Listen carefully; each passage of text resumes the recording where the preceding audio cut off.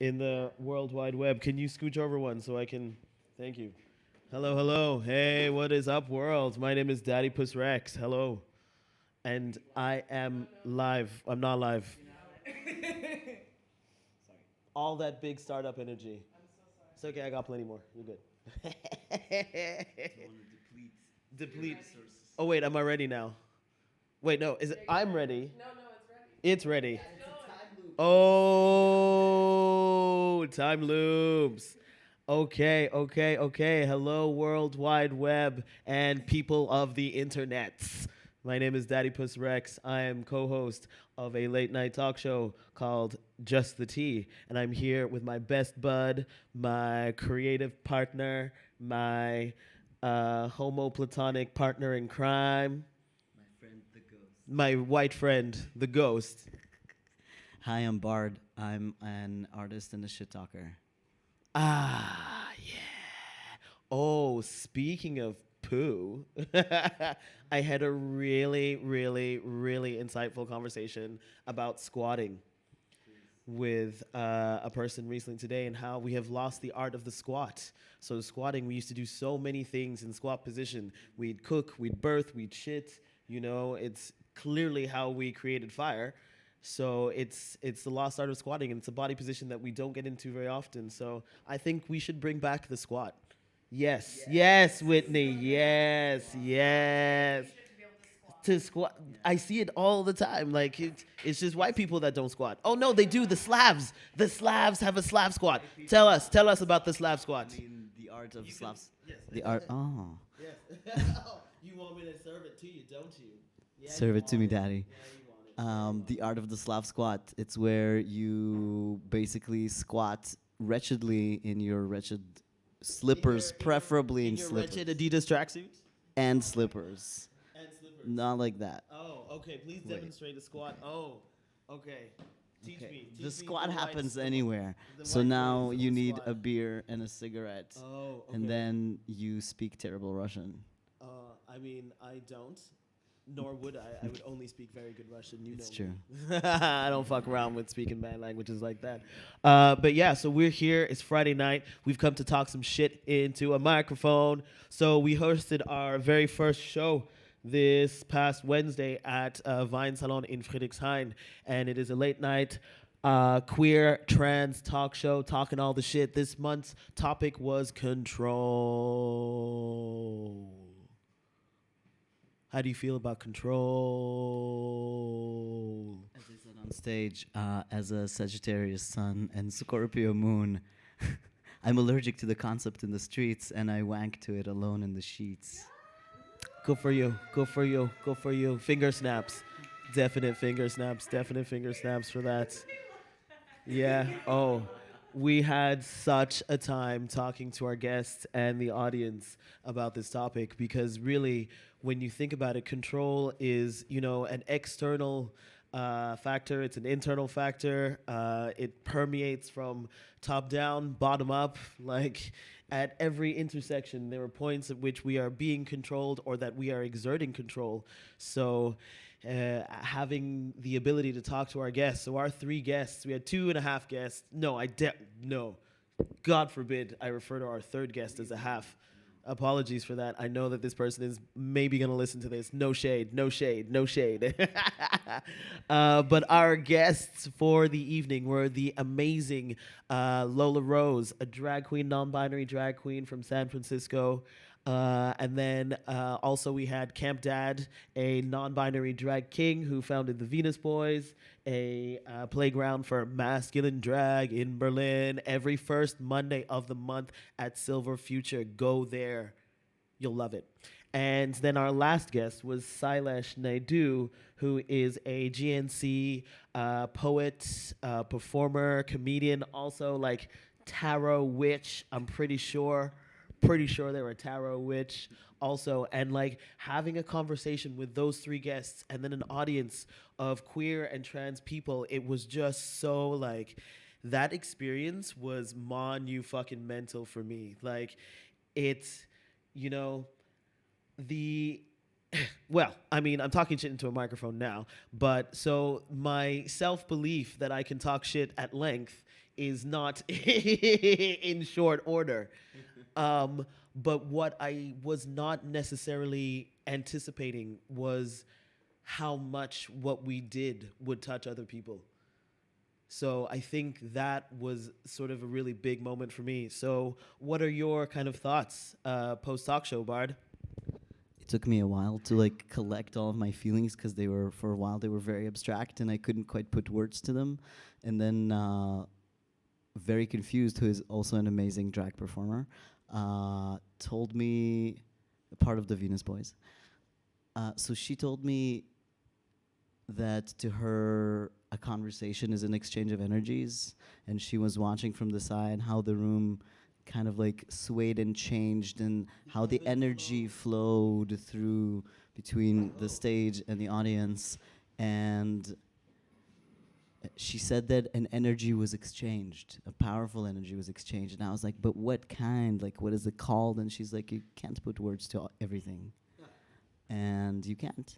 But it did feel super significant to me, even though I can't put words to what it means. And only afterwards did I actually let myself consider how actually important that night had been for me. Because you know that I can't let things be important to me before they happen, because then I'll freak out. So this is my way to not freak out, like to put these emotional blinders on myself. So I just entered into it being just kind of like apprehensive and like full of something, but I refused to examine it. And then afterwards, I was just like slowly understanding, oh shit, this was actually really important to me. And I didn't even sit with that So what you're before. saying is you went with the flow until the thing was done, and then you're taking the time to analyze it. Yes. Good for you. I guess it's big Sagittarius energy. I don't know. Go with the flow, my friend. I don't know. I don't feel like I'm going with the flow if I'm like freaking out during the flow. Somehow for me, the image of going with the flow is connected with being like relaxed and accepting. But I'm always anxious about everything, so I don't feel like I'm flowing. I just feel like I'm doing things anxiously. But it might be that I'm, from the outside, it might appear flowy, maybe. Oh no, it didn't appear flow. Because I know you. Maybe to the audience it might have appeared, but I know you and knew that there was a lot going on there. But no, I mean, I think being present can mean lots of different things to different people. So, you know, how being present feels in your body perhaps manifests in also being anxious about the present moment. So, which kind of feeds into a feedback loop about the present moment, of course. So, I don't know, but what was your? Can you tell me what was your highlight? What was the real highlight for you for the evening? I think it was sitting there in the second half where we were interviewing George, Lola Rose, and she went into a long, like she does not need a lot of questions or prompts to get her talking. So she's talking a long story, and I'm just sitting there on the stage and listening, and I'm like, I'm having a really good time just listening to this person speak. And just like, I felt very comfortable and cozy.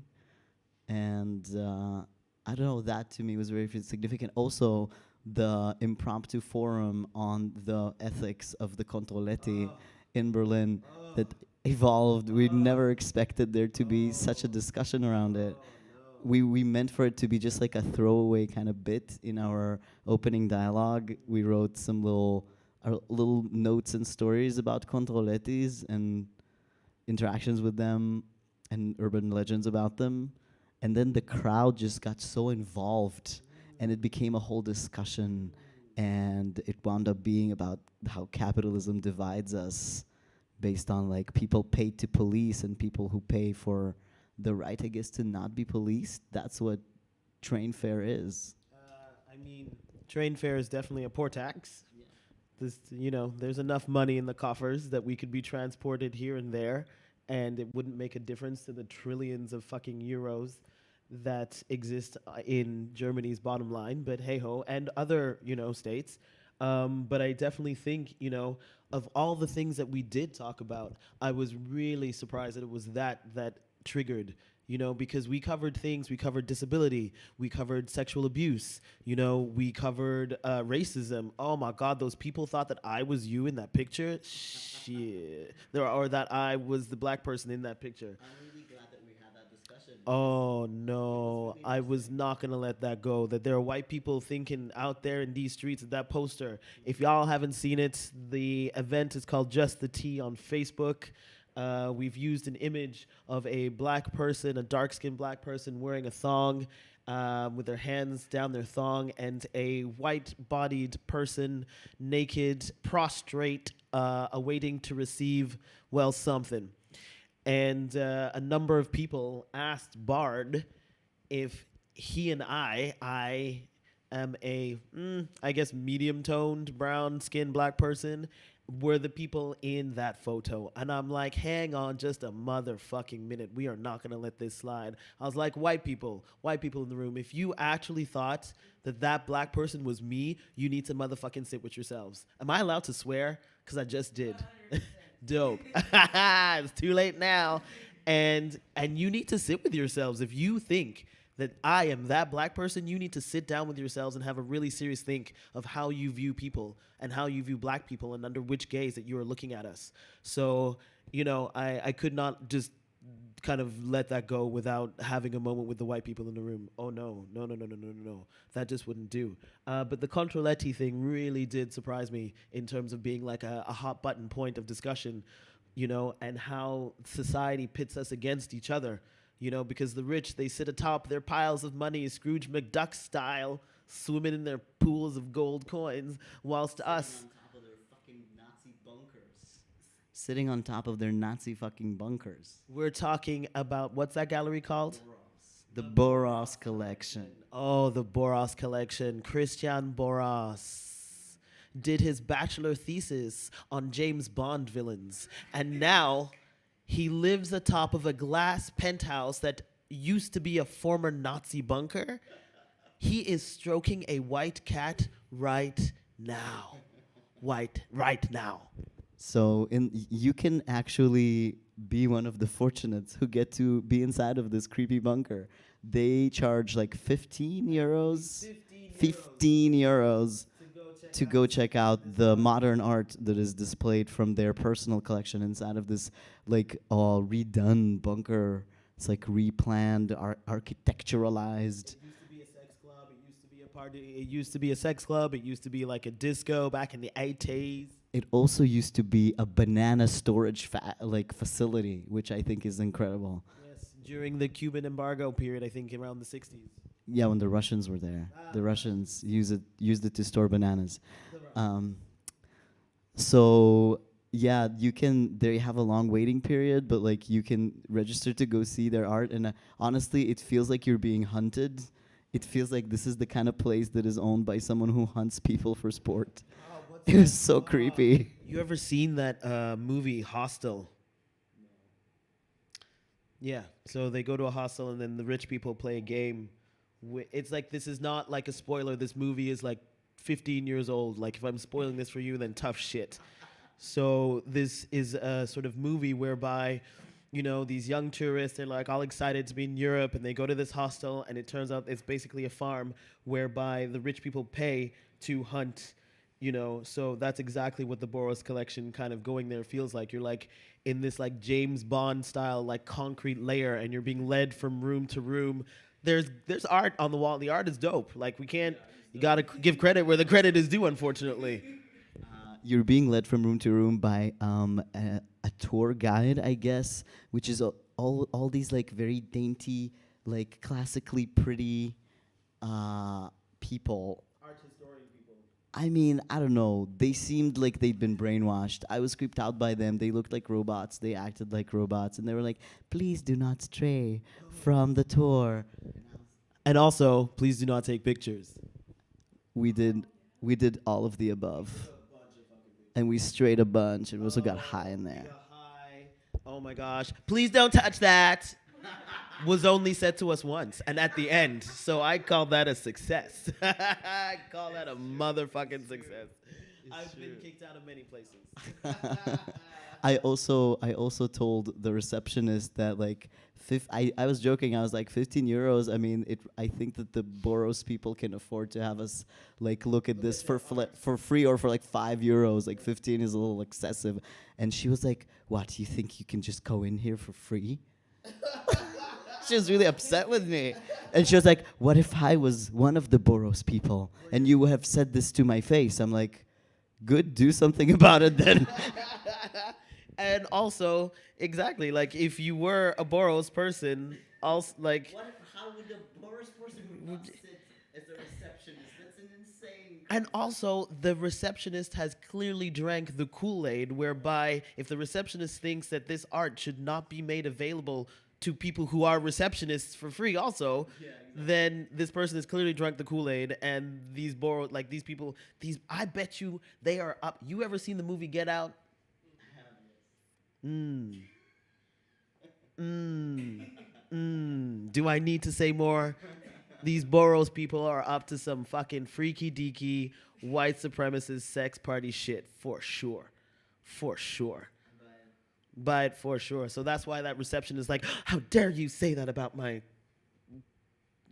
Yeah, I don't know what the word is for that, but in any case, yeah. So back to the back to us though. We're way more interesting than the Boros people.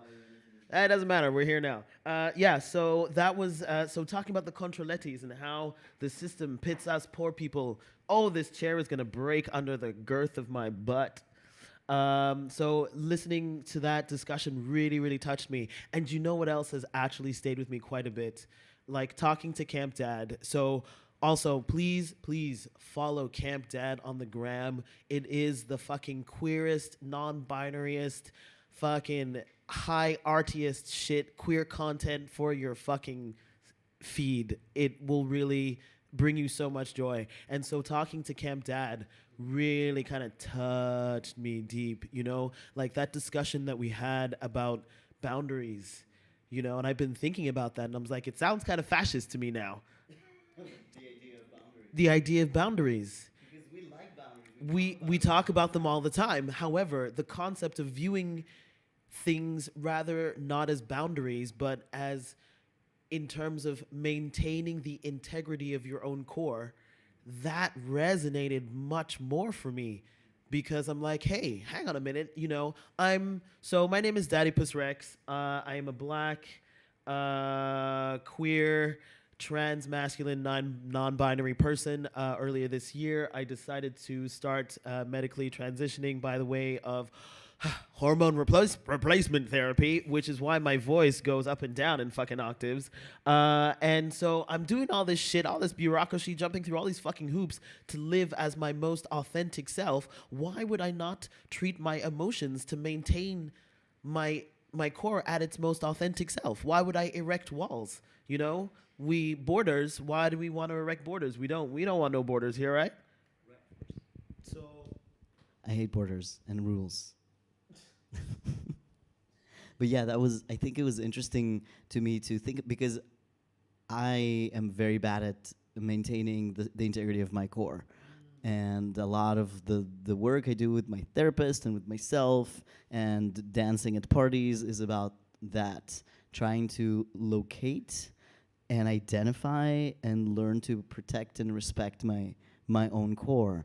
And I used to, like up until this conversation we had with Camp, I used to think, well, boundaries are a great way for me to kind of assert what is yes and what is no for me, just as a sort of a lattice work of like these baseline rules that I have with myself that I've formulated, and I can kind of run my autonomy based on that. may I interject with a question? Setting up your boundaries based on yes or no's, is that more about understanding what you like and don't like, or do you view that as the same as doing the work to find out who you really are? I think that because I'm still kind of, I don't think I'm good enough to work beyond those basic concepts yet. So what I realized listening to Camp was that boundaries, I might use them now as a sort of a crutch. yeah, training wheels for me because I'm only just beginning to learn to truly respect myself and not get emotionally enmeshed with people and not get full of I think that a person expects and my compulsion to put people at ease, all that stuff. Um, I hope that I think that now I have a new thing to aspire to.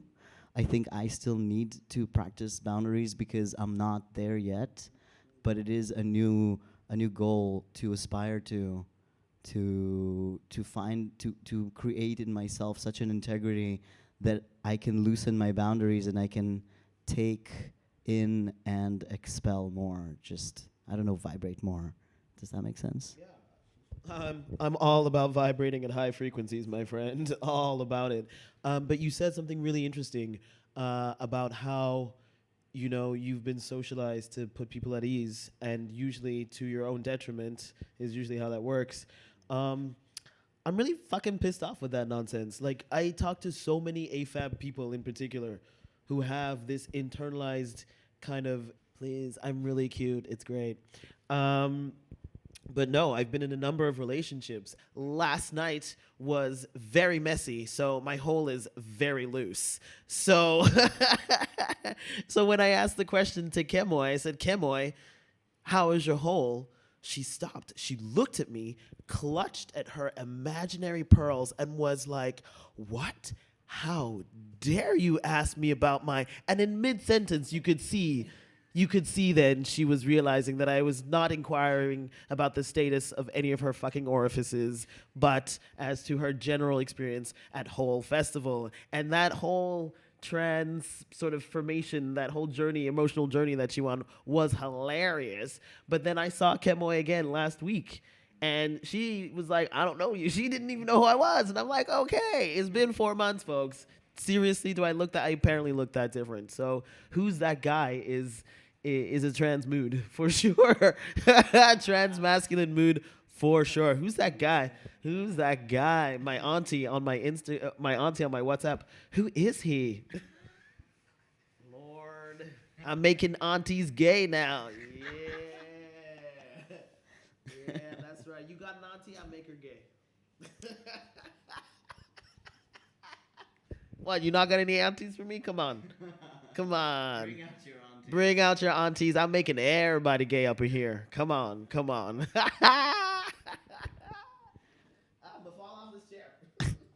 I've been on T longer than Lee has, but I still, and I've gotten better at recognizing myself. I kind of generally, most of the time, know what I look like. And I've come to realize that I think there's some kind of very subconscious image of the self that is somewhere deep. It's lodged deep, deep in somewhere, in some recesses in your brain. And it's super abstract. And Everything with you is abstract, my friend. I love abstraction. Um, and I like to think of my brain like a file system, but a really messy one. So this file, there's the hidden one. This is a super hidden file, like an admin file. It's like it's a system file. You don't see it unless you get really psychedelic. And in those moments, I sometimes like slightly touch upon that file inside myself of like, what is my subconscious idea of what I look like? And it's been changing. It's like I've seen it updated slowly through my dreams, because I was still dreaming of myself for a long time of how I looked when I was presenting Femme. For a long time, and I would be like dysphoric in my own dreams. I'm like, why am I doing this to myself? I don't look like this anymore. Yeah. So I think it takes time for the file to get updated, and I try to like do some conscious work to update it faster, because it clearly is just like a matter of time, and you have enough impressions of yourself that your subconscious kind of like has to catch up at some point, you know. And then I'm looking forward to the moment where I'm no longer who's that guy myself. Yes, absolutely. Yeah. Oh, it's me. I'm definitely getting a lot of kind of who's that guy moments also with my voice.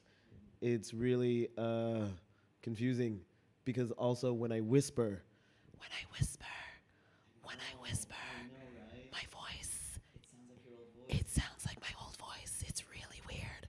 But then when I come into actually speaking out loud, it's like really so like for example, like if I'm being intimate with a person and then I want to like whisper sweet nothings, like I can't because I get dysphoric. I'm like, who's that girl? Who is she? Is she? Because so instead of whispering sweet nothings, you have to lean to their ear and speak in a regular speaking voice into their ears. Project from my chest. Straight up just projecting from my chest into their ears. Hey baby, I wanna go down on you for so long. Oh, I'm gonna eat you out so good.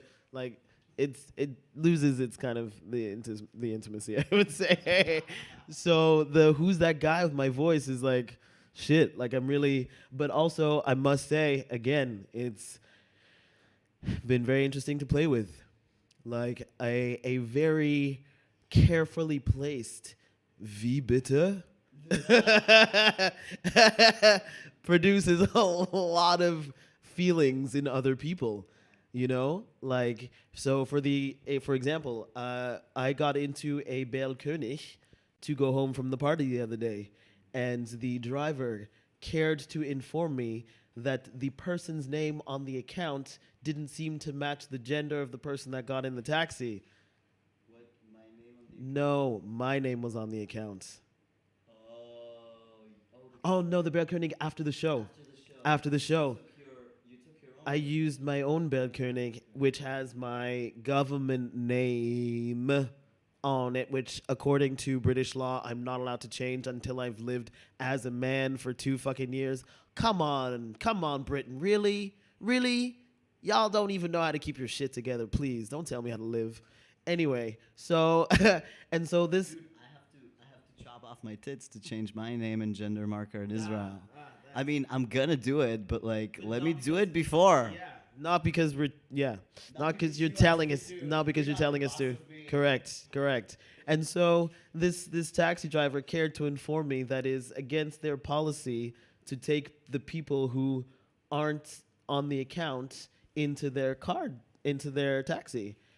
And as the driver is telling me this, I just went, Wie bitte? In like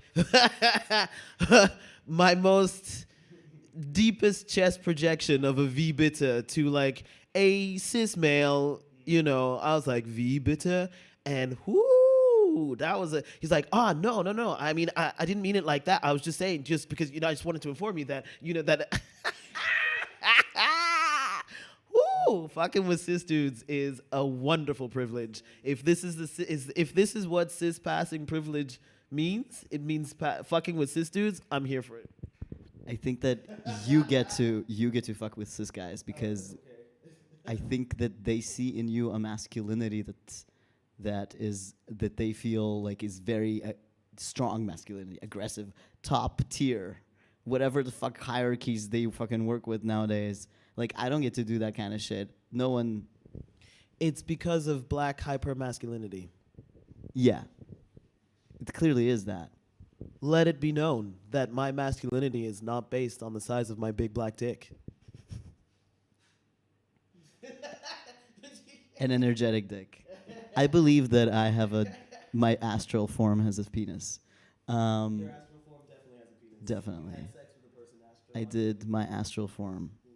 But back to the Bergkönig. Who cares about astral projection sex? Let's talk about that. We'll talk about astral projection sex for sure. For sure. What? Isn't that why we came here? Yeah, but I don't get to be threatening to anybody. No one is threatened by me. So I'm like, Are white women not threatened by you? I don't think they're quite. I don't know. It's not fun to threaten white women. They get threatened by everything. They're just fucking scared of shit. Okay, so I, as a black person, I have many thoughts about white women, and 2 of them being, one, I, as now a black male cis passing person, do not even fucking look at white women. So if y'all don't know about Emmett Till, Google Emmett Till. I don't fuck with white women. So in the first instance, second instance, white women, oh, they're so afraid. No, they wield their whiteness. They know how to wield their whiteness to get what they fucking want. Do not underestimate white women for a fucking second, mate. I will try to be spookier to white women. I'm sold. I mean, because I'll do my best because I think that they think that I'm gonna snatch their purse. I think they think I'm that kind of threat. I don't think they expect violence from me, but I think they expect theft. Just petty theft. Because, okay, so quite a few people lately, quite a few people lately have insinuated that they thought that I was homeless. Um, Bard does sometimes dress shabbily. I guess I'm that kind of shabby and bedraggled kind of person that a lot of, especially white women, think that I'm homeless. I was like rifling through a Schenken box in the street the other day, as everybody does. Everyone does. I see most people that I see interacting with a Schenken box are housed people. And so I'm rifling through this pile and I'm like wearing my shabby black jacket. Like I have this like working class looking like jacket with tears in the sleeves and stuff that I got from a friend. And like a giant black backpack, and I'm like rifling and like looking at things. And this woman is like hanging posters right next to me, and she leans over to me and she's like, "Oh, it looks like you found some warm things. Good for you." Again, my friend does look a little shabby, but even that is. Oh, I mean, yeah. So that's the kind of masculinity you're rocking.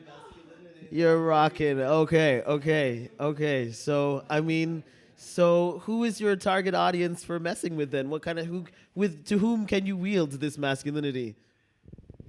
I mean,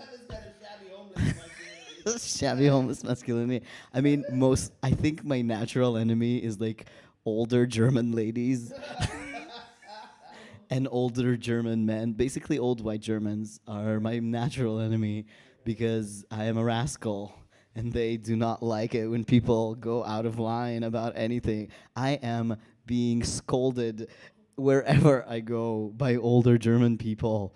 It's I feel like at some point someone's gonna like flick me on the ear or some kind of shit because this is how they view me. They view me as some kind of like good for nothing punk, kind of like pesky scoundrel, and they just want to tell me what is verboten. Everything is fucking verboten for me. I have been kicked out of my own building's Hinterhof by my neighbor because she thought I was a homeless punk.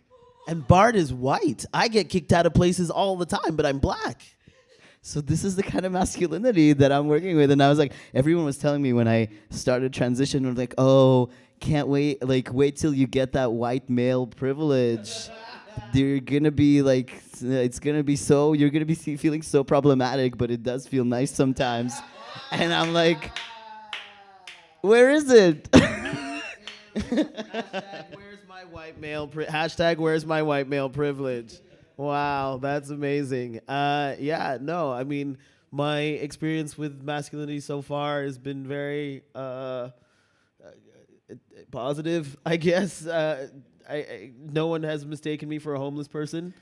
So there is that. However, I did recently ask a friend, he's a black guy. I did ask him recently if he could help me because I don't know how to navigate the world as a black guy. So I'm like, what are the rules? What do I? He was like, oh, he's like, I'm not sure either. But I was like, but white women though, we don't look at them. That's correct. To that he agreed. To that he was like, yes, no, that is a true one. We don't look at white women because that's hashtag problematic. So I'm hoping to get some lessons on black masculinity soon. Although of course I wouldn't want to go in the opposite direction, whereby I become a hyper masculine black man, because just being seen as a hyper-masculine. as opposed to being seen as one. That I will take those privileges because guess what? People don't fuck with me now. They just fucking don't. They just fucking don't. So, and that's a fucking relief because leaving my house is fucking anxiety inducing most of the fucking time. And yeah, but being seen as a black man and, you know, many black men that I have encountered base their masculinity on just sort of the perception of them having a big dick and sort of build their personalities around that. So, kind of a personality is built around the size of your genitalia. Yeah, it's like building a fucking house of cards on sand. It's not, it just, and so I have to come at masculinity from a very different approach, as do all trans masculine folks, you know? Like, You know what I would like? I would like a lesson or like a practice kind of like session on male greeting ceremonies, because like the way that they shake hands and do the high five and the half hug, I don't have that practiced. it's because you're white, honey. No, like all my white dude friends do this, and I'm always like missing their hands, and I'm just like, I'll just hug you regular. Yet they had to learn it too, I assure you. Where is the urban sports club class where they teach you to do that? Because I've been feeling like like a real idiot every time I meet some dude who like wants to be a dude with me, and I'm like, I want to be a dude with you too, but like I don't know how to approach. It's some kind of like it's like dancing. I don't know this choreography. So if anyone out there is listening, can we please organize and arrange some sort of Facebook group, support group for white trans mass dudes who don't know how to greet other dudes? You know, like I feel like I'm just gonna take a step back from this one. I'll let you spearhead that project, you know, but I really, you know, I'm here to support you in other areas of your life. That, or do you want to practice with me right now? Do you want to go at it? We're on camera now, so. How do we do it? You haven't explained the choreography. Well, we're just gonna look at each other in the eyes, and then our hands are gonna meet, and then they're gonna do things, and then we're gonna part ways. I don't want any of the fancy stuff. I don't need the fancy stuff.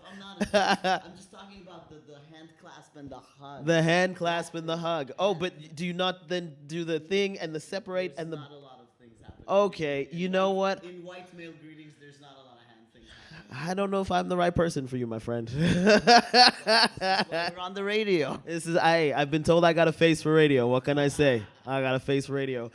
So in our last few minutes, I want to plug my yoga classes. We didn't talk about that, but I'm a black yoga teacher. I'm here to decolonize a yoga session because there is too many yoga Beckys out there peddling a kind of yoga that is hella fucked up. And if any of you yoga Beckys are out there and you're like, what? Is that person talking about me? Wait, I teach yoga. I'm white. What? Yeah, I'm talking to you. I am talking to you. Decolonize your yoga practice, please, Beckys. I'm not here to provide a service that caters to kind of people who just want to be inspired. I'm here to heal my fucking communities. So I teach yoga in Neukölln, Friday mornings. Hit me up, Daddypuss Rex on the gram. Anything else? Last words for you, Bard. I also do things. For example, I will be reading some poetry at Open Harbor on the 4th of December at home. You just look them up on the Facebooks or the Instagrams from Berlin Untelevised. So I'm gonna be a featured artist there and do 20 minutes of poetry. It's gonna be super dark and super trans. And then on the 14th, I think, I'm doing Peachy, and I'm gonna be doing a piece about pleasure. So of course it's going to be super abstract and weird. Well, way to sell it, my friend. Way to sell it. I definitely want to thank CCTV for having us here and letting us talk shit into the fucking microphone. It is